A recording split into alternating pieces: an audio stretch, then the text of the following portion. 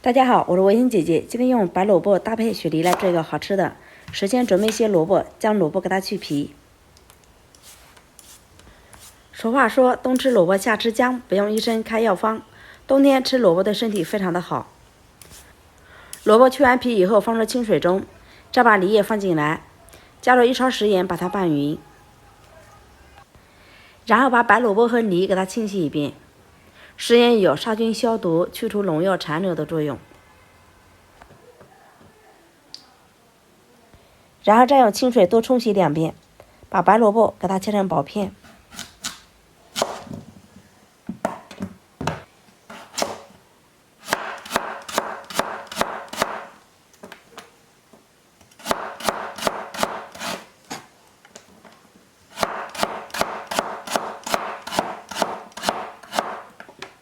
萝卜切好以后放入盆中，我们将梨给它对半切开，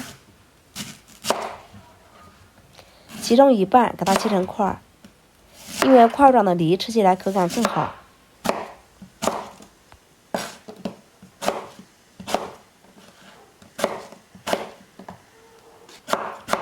另一半的梨把它切成片状，片状的梨煮起来更加的绵软。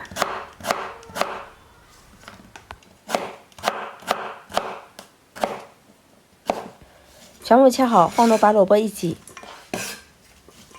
锅中加入适量的清水，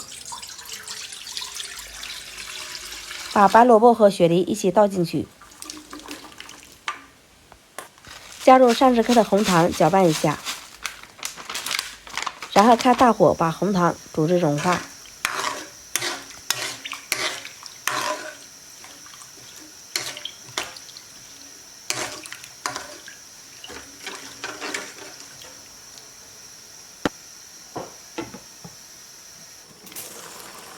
10分钟后转小火，小火的目的可以让梨和白萝卜的味道充分的释放出来。如果一直大火的话，会把水分给烧干了。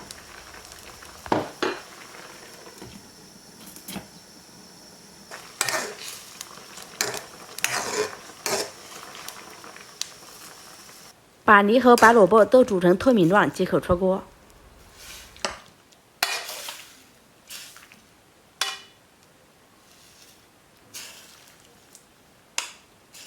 一道美味的白萝卜雪梨汤就做好啦。冬季多喝它，可以起到一个化痰降气、止咳平喘，还能起到一个杀菌消毒、预防感冒的作用。可以给家人多喝一点。如果孩子出现消化不好、不想吃饭的情况，也可以煮上这样的1碗的汤给他喝一喝。除了促进消化，还有很强的消炎的作用，能够增强人的免疫力。这个汤是不是特别好呢？喜欢你就试试吧。想看更多美食视频，请关注文心姐姐。感谢您的观看与支持，我们下期再见，拜拜。